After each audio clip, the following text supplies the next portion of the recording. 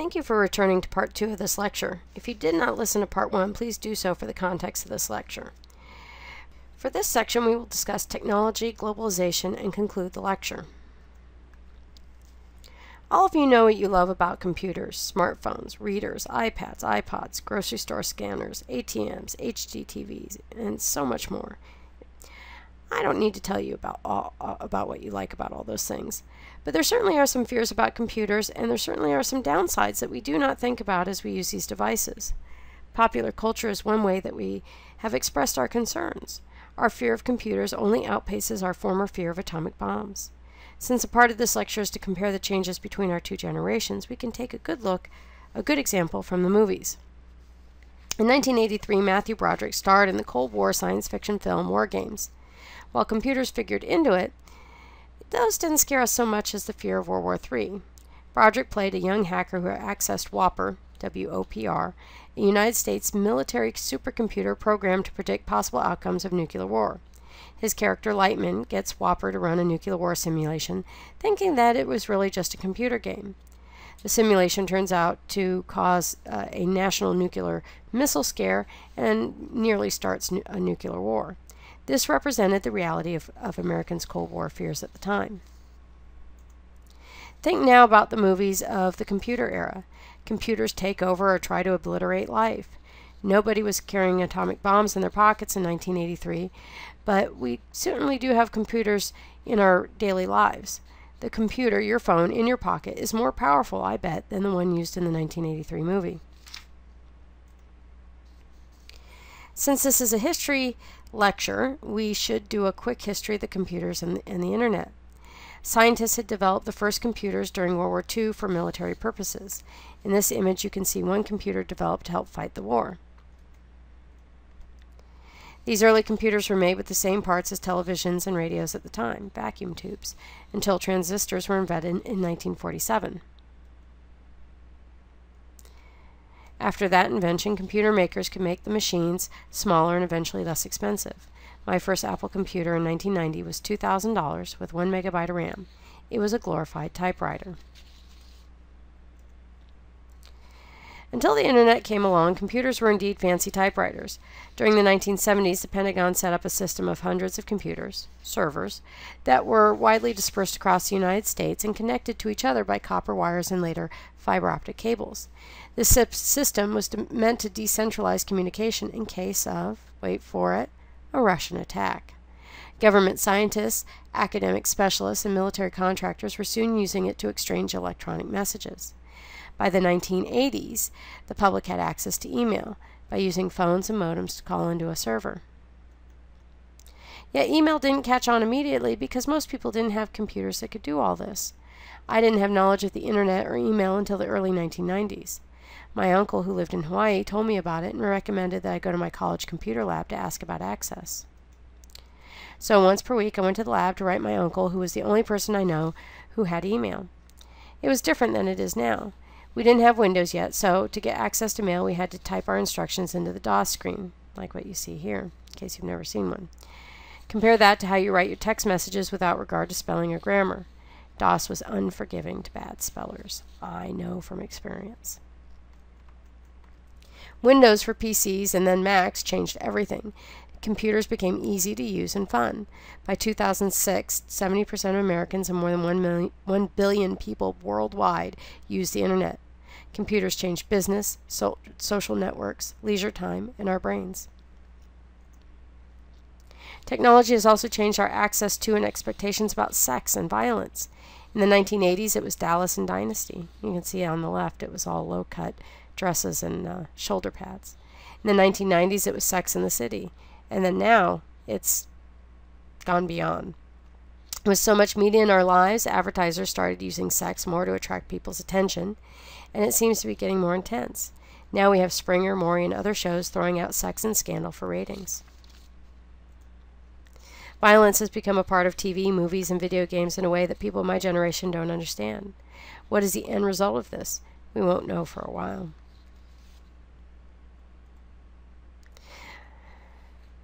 While technology has brought more sex and violence into our lives, it has also allowed criminals to steal more than just our money. Hackers and old-school thieves are using technology for identity theft. Phishing scams come to your email box, and the writers of these messages are trying to convince you to give up personal information for this purpose. Think about it. With the click of a few buttons, a criminal can convince people to give up the information he or she needs to steal from you. Researchers are also doing studies to find out how screen time is affecting our brains. Studies show with the switch from reading hard copy to spending time with computers and phones, our brains have come to expect the dopamine rewards. We feel good on the short term when we use these devices, but we don't know if there's long-term damage. It seems, however, in the meantime, that people's attention spans have gotten shorter. You might not see it, but people from my generation can see it because we remember a time before the proliferation of digital devices. Studies also show screen time before bed makes sleeping difficult. Computers are supposed to make our lives better, but maybe the writers of Terminator and Matrix are correct. Is it possible that we've lost control? The experts say turn off the screens for an hour or two before bed. Can you do it? Researchers have an idea of what screens are doing to adults because they complain and go to doctors. But with children, it's not so easy. Their brains are developing and forming their functions. Pediatricians recommend no screen time prior to 2 years old because they may not know what TVs and computers do to small children. So why do they recommend no screen time? Because they know what babies and toddlers need: human contact. With this in mind, look around at how parents use digital devices to entertain their children. Last on the list is how we have seen communication skills go down in the last 20 years. When I hear about people texting each other in the same room or breaking up by text message, I don't understand. People are having a hard time paying attention long enough to communicate. Didn't we adopt all these devices to help us communicate? Technology has also changed business. There has been international trade for hundreds of years, but not necessarily globalization. Globalization is marked by the emergence of an international trade that is less restrained by previous rules and regulations that had impeded capitalist development in vast areas of the world. New technology and transportation systems shrank the world as the railroad had shrunk the U.S. after the Civil War. Earlier in your courses, you learned about nationalism, border disputes, and tariffs. These were just a few things that restricted free trade between nations. Countries attempted to protect jobs and claims to certain industries, but with globalization, those concerns dissipated.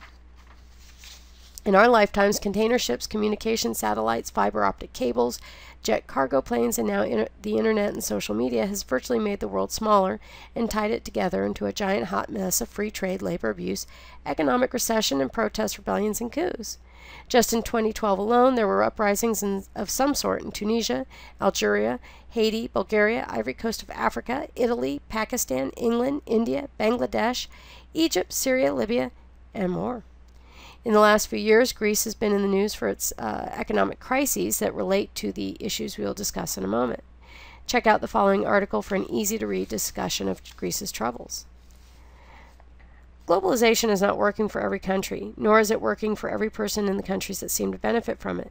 In fact, I would like to argue that for the United States, globalization has recreated the Gilded Age on a global scale.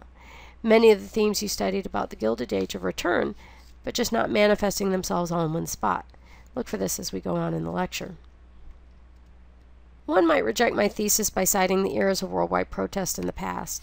And it is true that we have had eras of protest, including 1848 and 1968, but the reasons have been different. In the case of the most recent protests, we can see that capitalism has invaded the world in new ways, leaving some in poverty while others become extremely wealthy. In some cases, the new forms of media, social networking, has allowed the oppressed to fight their oppressors, giving the people of various nations where these protests are going on to gather quickly together and get support from people in other nations. Either way, the world is so intertwined that money and other matters have put pressure on many nations. How did this all happen? The simple answer is we ended the Cold War. The Cold War kept nations apart based on their different fundamental approaches to politics, government, and economics. Were you a commie? Or were you a good mom-loving, red-blooded American lover of democracy? This is the simple answer. Let's break it down a bit. With the Cold War over, the leading capitalist industrial nations formed the Group of Seven, or G7, to discuss and manage global economic policy. The G7 nations include the nations you might expect from previous discussions of world players: the United States, Great Britain, Germany, France, and a few others, such as Italy, Japan, and let's not forget Canada. This is now the world elite. According to one source, the G7 represents more than 66% of the net global wealth. Think about what that means. 7 nations controlling 2/3 of the world's wealth. There's a lot of nations that have to grapple for what's left. When Russia joins in on the talks, it becomes a group of 8. Russia initially joined in 1997, but its current leader, Mr. Putin, has made things a little awkward with his most recent actions in the world. This group, whether it's made of 7 or 8, directed and still directs the activities of the major international financial organizations, including the World Bank, the IMF, and the General Agreement on Tariffs and Trade, which eventually evolved into the World Trade Organization. If you investigated the problems at Greece at all, you might note the role played by the IMF in all this. We don't have time to discuss all these groups, and the information is readily available on the web. Just be sure to check your sources carefully. These groups are controversial. You can see here that in 2012, when the G8 was coming to Chicago, some very diverse groups joined together to protest, and that's here in the United States. But we cannot forget the powerhouse that is the World Trade Organization with its 150 member nations. Its stated goals are to promote a freer global trade. This has happened, but with mixed results. The promoters of free trade won reductions in tariff rates and the removal of restrictions to the free international movement of capital investments and profits. Basically, borders and political boundaries mean less to the people of the 21st century than the 18th or 19th. As a result, the value of American imports and exports rose from 17% to 25% between 1978 and 2000. As humans, however, it is too difficult to just imagine a world of free trade. There still must be a means of communicating, trading money for goods, and overcoming legal differences between the countries. So as a part of economic globalization, various nations began creating new ways to think of boundaries through the economic integration of regional economies and multinational corporations. Let me expand. In 1991, the nations of Western Europe created the EU, or the European Union, and moved toward the creation of a single federal state. Different, but similar to the model of what the United States is with its states and the tying together of the states.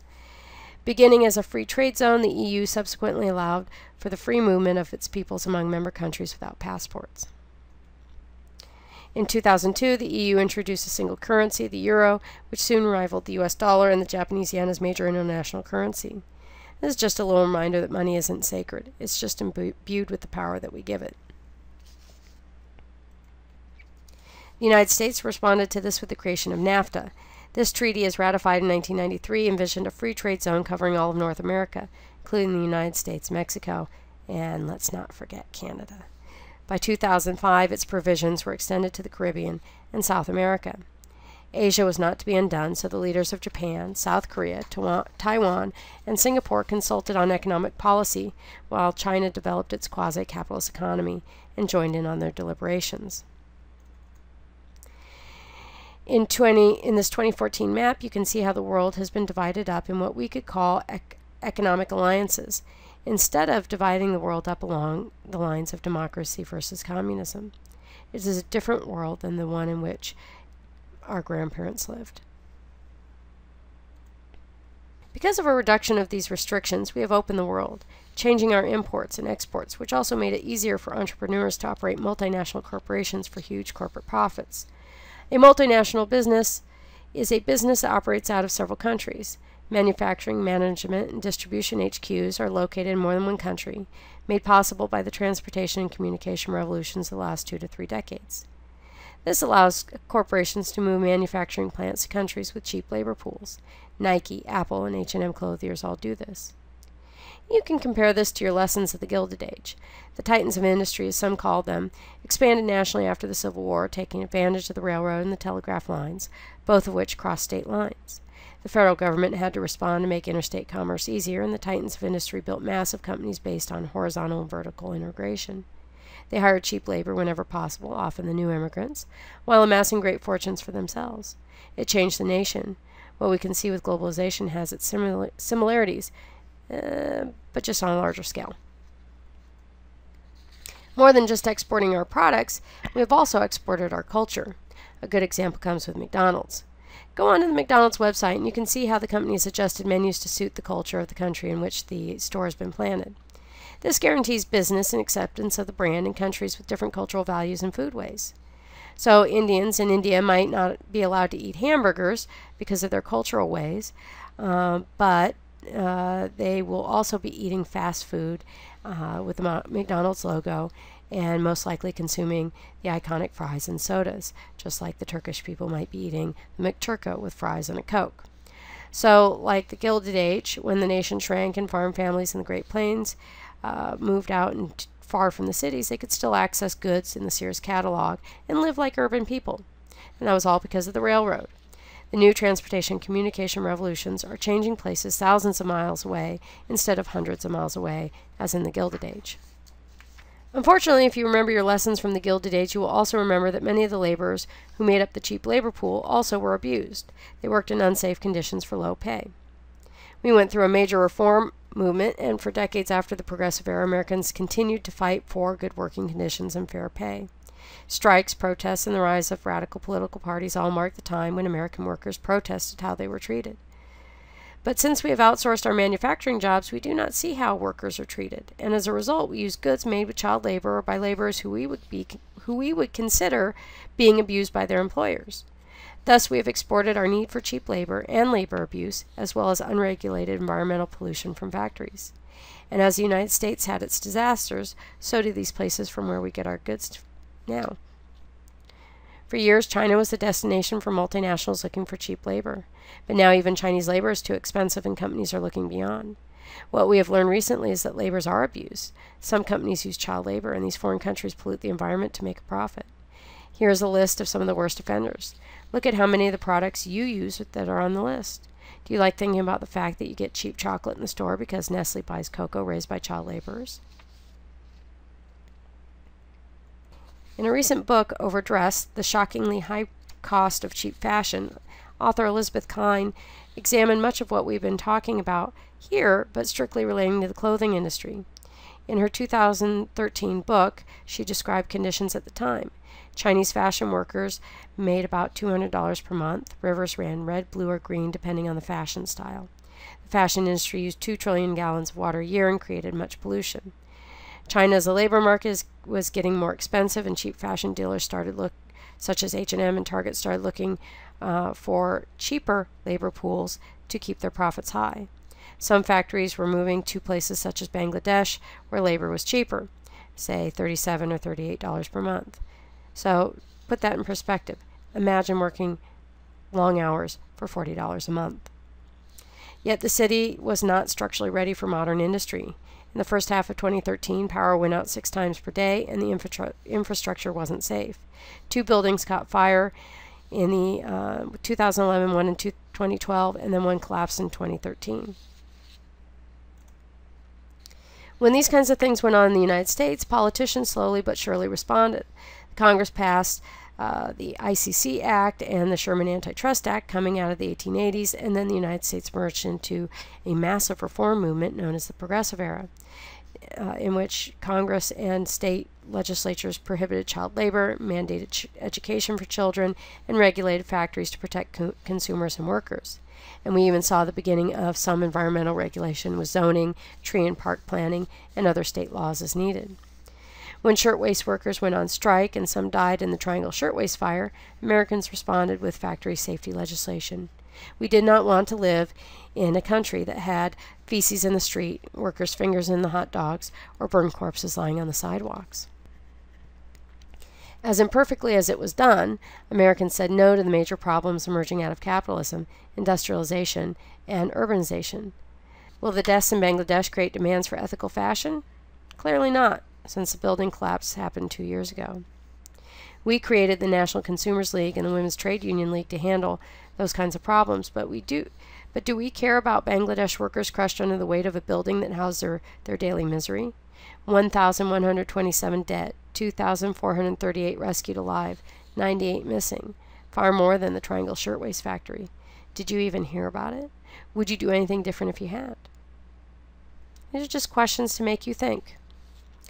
As American corporations manufactured goods in China and other places, they reduced their labor costs and the number of manufacturing jobs in the country. In 1970, there were 7,000 corporations with offices and factories in multiple countries. By 2000, the number exploded to 63,000. Many of the most powerful multinationals are American-based. McDonald's, Walmart, Nike are leaders in the pack. From the 1950s to the present, American union representation has declined by about a third. People didn't stop joining unions. There just aren't as many union jobs because the jobs have gone overseas. Multinationals outsource the work. After manufacturing jobs were outsourced, highly skilled jobs went with them. Chase Manhattan Bank, Dell Computer, GE, and many others hired English-speaking Indians to staff call centers and provide customer service, as well as hiring electrical engineers and computer techs in Bangalore and other Indian high-tech centers. A Caltech graduate, that would be somebody from living in the United States, might have made about $56,000 in 2005, while an Indian in Bangalore would have made a third of that. $56,000 in the United States in 2005 was a living wage that benefited more than just the earner. That worker could buy a house, consumer products, and so many other things that would have created more jobs.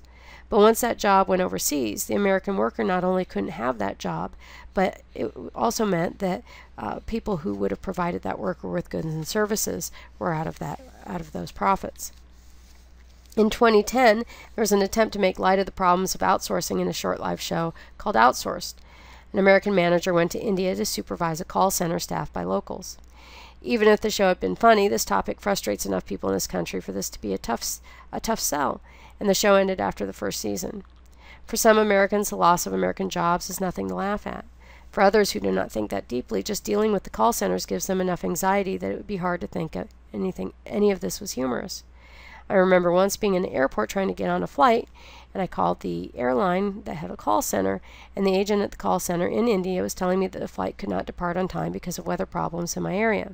I had to inform the agent that looking out the window, it was all sunshine and clear skies for miles. It was frustrating.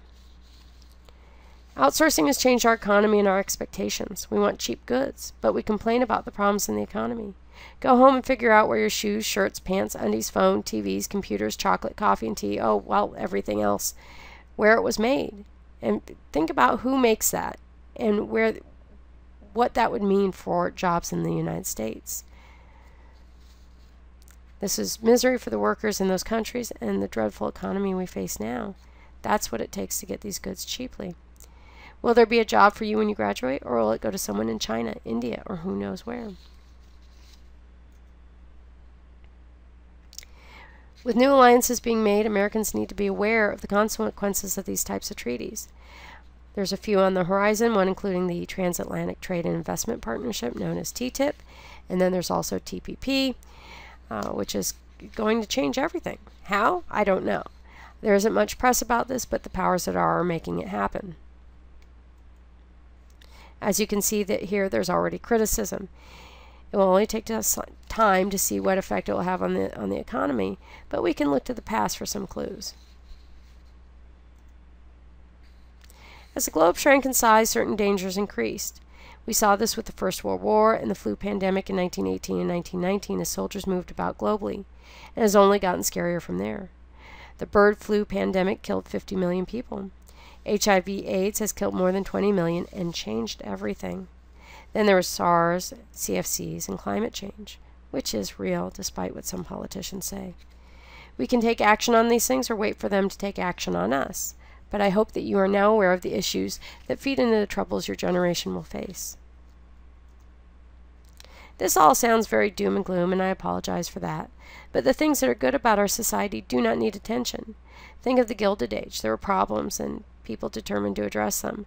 The progressives did not fix every problem, but they certainly made a dent in things. Will you as a part of your generation accept things as they are, or just say IDK to it all and let things go by? Okay, enough preaching. Since it's the end of the lecture, let's look at one last concluding point. This is a debatable point, and I hope it will cause you to discuss it with your parents and your teachers and your friends and in your class. Cold War was a major problem in my grandparents' generation, but it gave the world some order. In some ways, it was good for the United States. We knew who the enemy was, and we controlled our economic destiny. By the time I was an adult, the Cold War was over, and things looked really good. I decided to go to college. I decided to go get an advanced degree and take on some debt to get it. I figured I'd get a good job and pay back my loan. Yet, the recession of 2008 hit me hard, as it did many other Americans. And now everything's changed in terms of hope. What will it be like for your generation? Well, the answer is we don't know. But the second part of that answer is it's up to you. The nation is predicted to lose its superpower status in the next 10 to 20 years. We are in massive debt, and we have lost direction as a nation. In the past, we knew what it meant to be a good American and that we had to beat the commies. Now what? Wait for iPhone 27? Things are so bad in Congress that people don't want to run for office. They know that it'll be all fighting with little hope of passing meaningful legislation. What can you do now before you can vote? Get informed. That's why I told you about things that are on the horizon in terms of TTIP and TPP and some of the other issues. My professors told me to get informed, and I urge you to do the same because the stakes are higher now. When you're old enough to vote, do it. You will either be the creators of a new world or the victims of those who take that power. Read, question, vote. That's all I can tell you. Thank you for joining me today. I hope this information will help you in your studies. We all hope to see you at PNC when you're done with your high school degree.